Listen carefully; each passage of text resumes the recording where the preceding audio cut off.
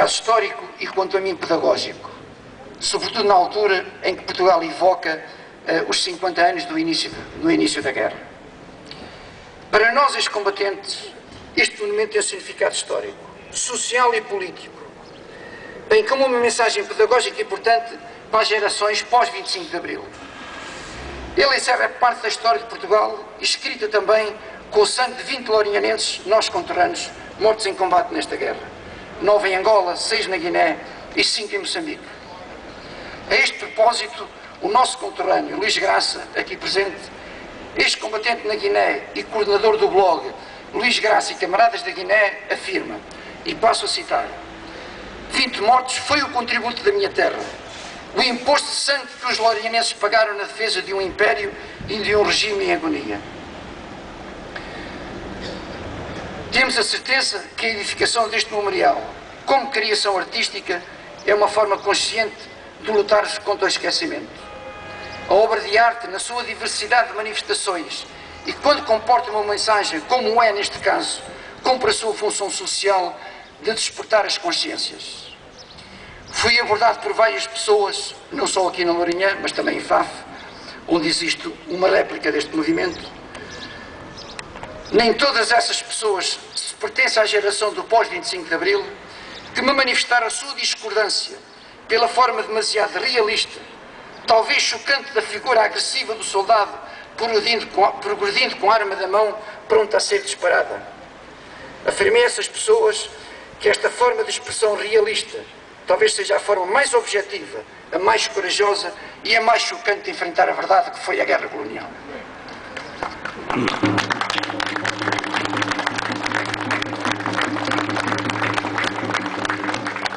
É por isso, repito, que este monumento tem um significado histórico e pedagógico muito importante, sobretudo para as gerações pós-25 de Abril de 1974. Neste momento em que os portugueses evocam os 50 anos do início da guerra, designada, recordo, por Guerra da África, Guerra do Ultramar, ou Guerra Colonial, ou ainda Guerra da Libertação, designação utilizada pelos movimentos africanos independistas e que se desenrolou, como nós sabemos, entre 1961 e 74. É por isso importante que as novas gerações, quando por aqui passarem e olharem com olhos de ver para este soldado, descobrirão certamente que aqui, para além do bronze esculpido, está também as circunstâncias trágicas da morte de cada um dos nomes cravados na pedra. Estas novas gerações hoje têm a sorte de ter o contributo da nova historiografia sobre a guerra colonial que tem sido editada nos últimos tempos pelos principais centros de investigação universitários portugueses e alguns estrangeiros. As novas gerações, e particularmente os jovens de idade escolar, perceberão e chegarão à conclusão que esta guerra foi, e passo a citar, uma guerra inútil, uma guerra injusta e uma guerra evitável. Fim de citação, como afirmou o general Ramalhianes, na altura Presidente da República e também ex-combatente. Descobrirão que no início de 1961, quando rebenta a guerra em Angola, os líderes do regime, Almirante Américo Tomás, Presidente da República, e o Dr. Oliveira Salazar, Presidente do Conselho dos Ministros, recusaram-se a assinar os sinais evidentes dos ventos de mudança que pairavam nessa altura em todo o mundo em relação ao movimento descolonizador. Sabiam-no, mas não quiseram aceitar. Afirma o coronel da artilharia, Aniceto Afonso, e coronel do Exército, Carlos Mato Gomes, na obra recentemente editada, conjuntamente e intitulada Alcora, o Acordo Secreto do Colonialismo, Portugal, África do Sul e Rodésia, na última fase da Guerra Colonial, na página 325. O fim da Segunda Guerra Mundial foi também o fim da Europa como centro de domínio à escala planetária. Ainda a propósito do início do movimento descolonizador que se seguiu ao final da Segunda Guerra Mundial em todo o mundo, Maria Manuel Stoker, na obra intitulada Cheque Mata Goa, na página 52, afirma: a história da queda da Índia é uma história de fragilidade externa crescente, de um país colonial ameaçado. Uma ameaça que começa na Ásia, na periferia do Império, onde uma nova soberania pôs em causa a estabilidade de fronteiras centenárias. Esta fragilidade alastrou ao resto do Império de Portugal, no continente africano, com a internalização da oposição colonialista ao colonialismo português e ao desenvolvimento da contestação interna do regime.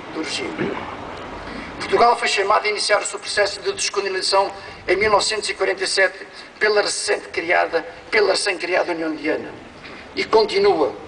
O Estado Novo optou por não se envolver no processo histórico resultante da Segunda Guerra Mundial, de dissolução dos antigos laços imperiais que o ligavam aos seus territórios além-mar. As novas gerações descobrirão que os líderes do Estado Novo, Tomás e Salazar, preferiram arrastar um país pobre para uma guerra sem sentido e para a qual nem sequer estava preparado, nem tinha os meios técnicos e humanos para a suportar. Só a disponibilidade da carne para canhão da sua juventude. Tive a oportunidade de ver, no início desta semana ainda, num programa televisivo repetido, o Sr. General Almeida Bruno reafirmar a propósito da falta de condições de Portugal para suportar a guerra. Disse, passo a afirmar, o maior problema não eram os homens, mas o material. O equipamento não era grande coisa, repetiu. Fim de citação. Os jovens poderão descobrir ainda, aqui neste monumento, que este monumento é um livro de história. Se o folhearem, poderão descobrir, como exemplo paradigmático, como o Estado Novo tratava aqueles que serviam a pátria. E poderão descobrir a história do soldado Arsénio, que, como tantos outros, morreu no decorrer de uma operação em combate no norte de Angola em 4 de setembro de 1972. E se tivesse o apoio do helicóptero para o retirar da zona operacional a tempo, certamente que poderia ter sobrevivido, como me afirmou a mim o oferece o comandante Pelotão ainda em Angola. Descobrirão com surpresa e horror que nenhum responsável das Forças Armadas teve a coragem de contactar pessoalmente a família do soldado Arsénio para lhe anunciar a notícia da sua morte e apoiá-lo naquele momento trágico. Não, nunca tiveram a coragem de dar a cara. Comunicavam a tragédia através do CTT, cujo mensageiro do infortúnio era o carteiro. Neste caso concreto do meu primo Arsénio, contou-me a minha tia, o carteiro não teve a coragem de se dirigir diretamente aos meus tios para lhe comunicar a notícia e pediu a uma das minhas primas para o fazer. Finalmente, as novas gerações interrogar-se-ão seguramente porque os combatentes já o fizeram e não obtiveram resposta, por que razão não foi instituída no gabinete do Presidente da República, Amério Tomás, um grupo responsável, como existe hoje, felizmente, nas Forças Armadas, para levar a mensagem e estar presente junto das famílias nesse momento trágico.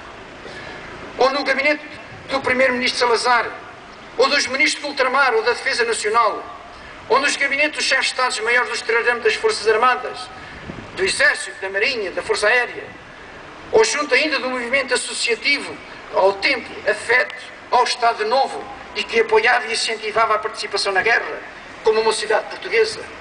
Quantos deles não fugiram com medo ou meteram cunhas para se safarem da guerra?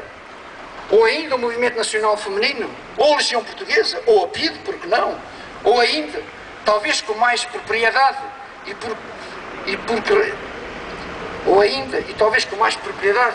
por que razão os responsáveis do regime não incumbiu dessa missão dolorosa a direção da Liga dos Combatentes? Infelizmente, os jovens descobrirão que os líderes do tempo dos seus pais e avós, os líderes deste país, não foram capazes de assumir as suas responsabilidades perante os cerca de 1 milhão de portugueses que participaram na guerra, dos quais 8 mil tombaram no campo de batalha, cerca de 120 mil ficaram estropiados. Estima-se que cerca de 100 mil ex-combatentes sofrem stress pós-traumático de guerra. Foram cobardes. Nenhum deles deu a cara e esconderam-se atrás de um funcionário do CTT, transformando os carteiros em mensageiros da desgraça e do infortúnio. Se não fosse a dinâmica e a capacidade de luta dos ex-combatentes em criar as suas próprias associações para os apoiar, nomeadamente a Associação dos Suficientes das Forças Armadas, fundada em 1974, há 39 anos, portanto, a Associação Apoiar, fundada em 1994, para apoiar os ex-combatentes que padecem de perturbações de stress pós-traumático que adquiriram quando estiveram em combate, teriam sido literalmente abandonados à sua sorte. O Estado não foi pessoa de bem para com os seus combatentes e as suas famílias. As mães disseram sem escrúpulos: A pátria deu-te a missão de dar à luz e criar o teu filho. Nós sacrificámo-la no altar da pátria. Foi a vontade de Deus. Deus te deu, Deus te tirou. Resigna-te. Cumpriste a tua obrigação para com a pátria. Finaliza relembrando ainda o professor António Marrete na defesa dos combatentes, na mesma data. Todos fizeram o seu esforço e ofereceram o seu sacrifício, seguindo determinações políticas superiores. As decisões foram do Estado português. Refere-se também à forma, por vezes, como são tratados os veteranos. O antigo combatente não pode, nem deve ser tratado de colonialista, fascista, democrata ou revolucionário, de acordo com as conveniências e interesses menores. Foram simplesmente soldados portugueses. Não há antigos combatentes milicianos ou de carreira ou contratados.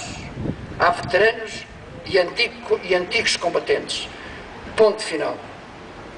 O país deve respeito aos que fizeram a guerra.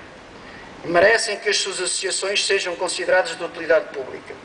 Merecem estar presentes nas cerimónias públicas. Mas, sobretudo, merecem respeito. Muito obrigado. Viva os ex-combatentes! Viva Portugal! Viva!